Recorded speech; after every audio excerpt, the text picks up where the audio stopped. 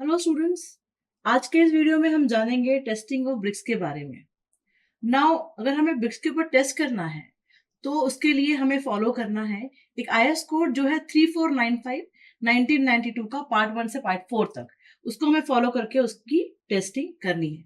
लेकिन जब हमें टेस्टिंग करना है तो क्योंकि ब्रिक्स तो बहुत बड़े लॉट में आती है, उसमें से हमें कुछ पर्टिकुलर ब्रिक्स को है सैंपल्स निकालने पड़ेंगे और उसको यूज करना पड़ेगा टेस्टिंग के लिए।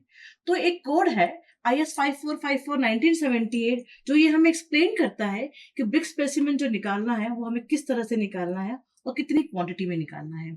तो हम शॉर्ट में समझ लें, सैम्पलिंग वो प्रोसेस है जिसमें हम प्रीडिटरमाइंड नंबर ऑफ स्पेसिमेंस निकालते हैं उस लार्जर ग्रुप में से, ताकि हम उस ग्रुप को टेस्ट कर सकें। अब सैम्पलिंग जो है वो किस तरह से की जाएगी।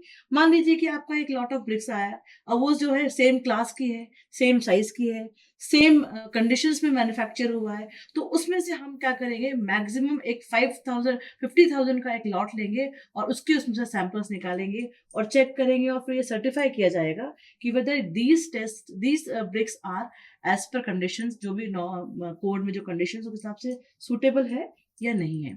तो अगर मान लीजिए कि आपका सैंपल साइज 50,000 से ज्यादा है तो फिर क्या करेंगे, आप उनको अलग अलग लॉट्स में रखेंगे।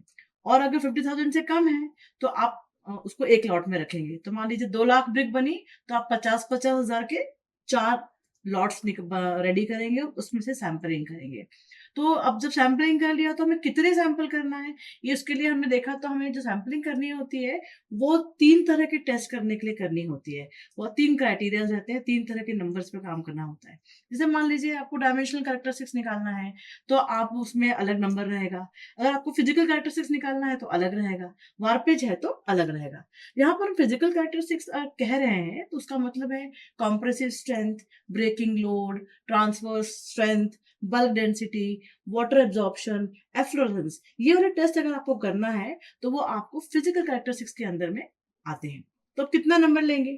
मान लीजिए आपके पास लॉट है एक 2000 से लेके 10,000 तक की ब्रिक्स का एक लॉट आपके पास आया है। तो उसको अगर डायमेंशन आपको कैरेक्टरिस्टिक्स डिटरमाइन करना है तो आप उसमें 20 सैंपल सेलेक्ट करेंगे। उसमें से एक अगर डिफेक्टिव निकल गया तो ओके रहेगा, otherwise not okay. And similarly अगर इसी लॉट का आपको फिजिकल कैरेक्टरिस्टिक्स करना है तो मिनिमम 5 ब्रिक्स पर आपको वो एक्सपेरिमेंट्स करने पड़ेंगे, टेस्ट करने पड़ेंगे और उसमें से एक भी ब्रिक फेल नहीं होना चाहिए। और अगर सेम लॉट में से आपको वारपेज करना है तो कम से कम 10 ब्रिक्स का लॉट आपको लेना होगा और उसके पूरे टेस्ट परफॉर्म करना होगा, वारपेज टेस्ट। और एक भी ब्रिक उसमें से वारपेज टेस्ट में फेल नहीं होना चाहिए। तो बिल्कुल डिफेक्ट्स के हाथ जो है 0 ब्रिक्स को पास होना चाहिए। देन अगर ये नंबर आपका 10,000 से 35,000 है तो आप क्या करेंगे, उस केस में आप 32 ईंट लेंगे डायमेंशनल कैरेक्टरिस्टिक्स के लिए। उसमें permissible defects, number of permissible defected piece 2 रह सकते हैं। फिजिकल कैरेक्टरिस्टिक्स के लिए आप 10 ब्रिक्स लेंगे और वारपेज के लिए 20 ब्रिक्स रहेंगे और वारपेज में एक डिफेक्ट परमिसिबल है। अब यही नंबर अगर 35 से 50,000 तक हुआ तो आप 50 ब्रिक्स निकालेंगे डायमेंशनल कैरेक्टरिस्टिक्स को चेक करने के लिए। उसमें से 3 परमिसिबल है डिफेक्टिव। और जो आपको फिजिकल कैरेक्टरिस्टिक्स निकालना है तो उसमें आपको कम से कम 15 ब्रिक सैंपल्स कलेक्ट करने पड़ेंगे और इन 15 में से एक आधा अगर फेल हो गया तो परमिसिबल है, अदरवाइज वारपेज में आपको 30 निकालना है और 2 जो है परमिसिबल है डिफेक्ट्स के साथ में।